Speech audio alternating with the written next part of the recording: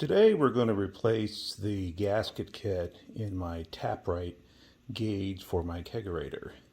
It has stopped keeping proper temperature. It's about 20 years old, so I think it's probably time to replace it. I have the Series 740, as you can see from the picture, and we are going to use kit RG7740-15W.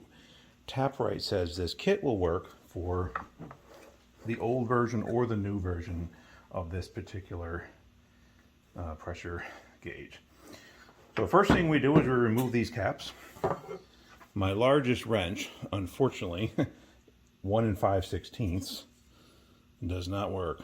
So this is actually pretty big. So rather than use a wrench, I'm just going to use this pipe wrench. You may bugger up your tap a bit, but we shouldn't see too much. First thing I'll do is I'll just relieve all the pressure on this, just to make sure that our spring, there's a spring under the cap, make sure that that's not under pressure. So I'll just basically unscrew that all the way. It won't come out. It stops right here because there's a retaining cap underneath that. So we'll do that, then take this off. All right, full disclosure, I have already loosened this previously for the video purposes. So remove this. Underneath this, you're going to have the inside of here, which has your retaining cap. Just set this aside. You'll also have this ring, which you'll reuse. That's the sealing ring for the cap. You'll have the spring, and you'll have this other cap piece right here, called a spring retainer. So first thing to do is remove the old inner workings of this. It just pulls out.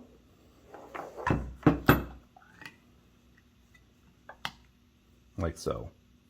All right, and that's my old piece. It's probably not in too bad a condition, but I've already replaced this side, so I'm going to go ahead and replace this side. Set that aside so you don't accidentally put it back in again. This center thing also comes out. The kit includes a new one. So just get an adjustable wrench. Take that out. Once it's loosened, it'll come right out. Done. Also, you can discard this piece. We're not going to reuse that piece either. This is our new kit. Our kit comes with a new gasket, and it's a different style than the old one. Comes with an instruction sheet. Once you click the QR code, it'll bring you to the instruction site. Comes with that piece we just removed. It has a little rubber stopper on it. After we install it, we'll just pull this off. This is just to keep this together because it'll fall apart without that rubber piece. In addition, it comes with these two O-rings and a gasket. Neither one is used with my installation. I'm assuming that those two are for if you have the poly bonnet assembly, which is the pull and turn type style, which is not what I have. So first things first, I want to show you how this goes in the end. So I'm going to pull this out ahead of time just so I can show you how this is supposed to work. So look at this piece here, and if you look at a side view, it'll focus for me.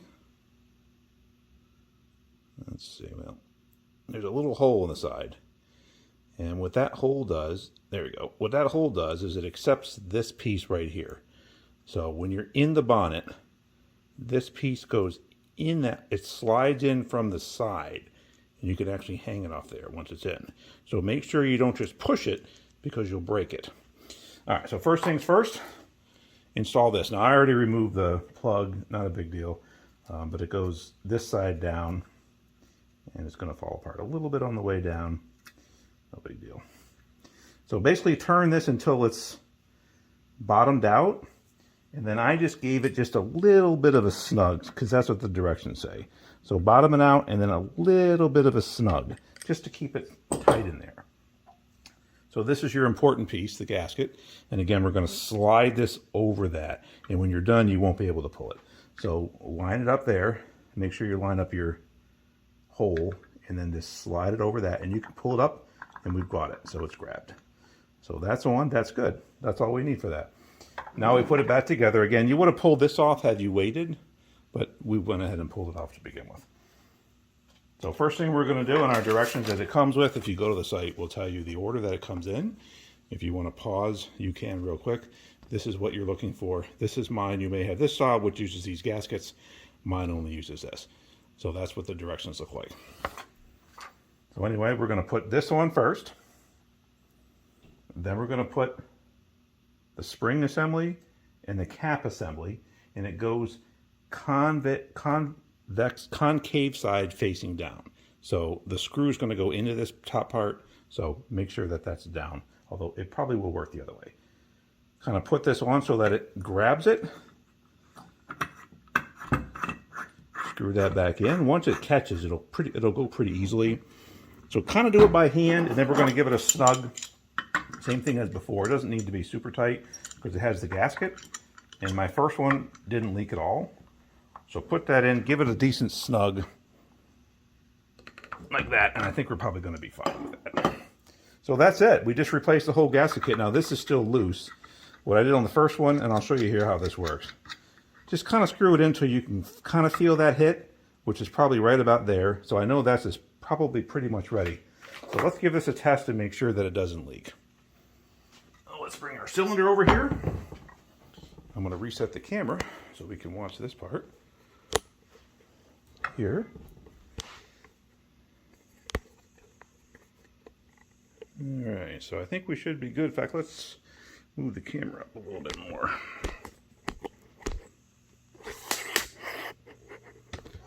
we can get a better shot of this.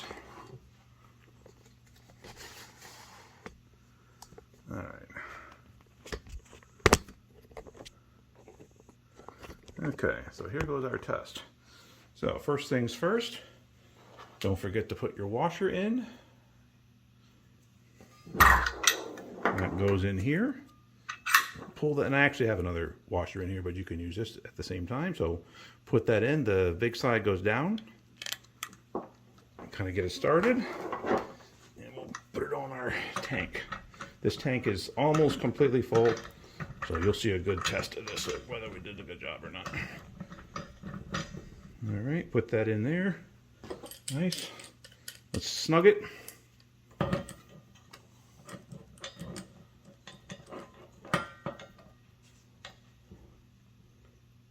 That's pretty good. All right. So we're on. Everything's ready. You can see the gauges. Here we go. So far I have no leaks whatsoever. Seems like we're doing pretty good. We saw our gauge come up here, so we should be good there. And this one here has already had the air evacuated. So let's turn our adjusting knob and see if we get some pressure on the gauge. And there it goes. All right, so let's bring it up to about 10, which is serving pressure for what I use for a particular one. And this one also is right about where it needs to be. So we should be good to go on that. So anyway, this is how you install this kit, this Taprite kit, and rebuild your pressure gauges. And it works pretty well. Anyway, hope you enjoyed the video.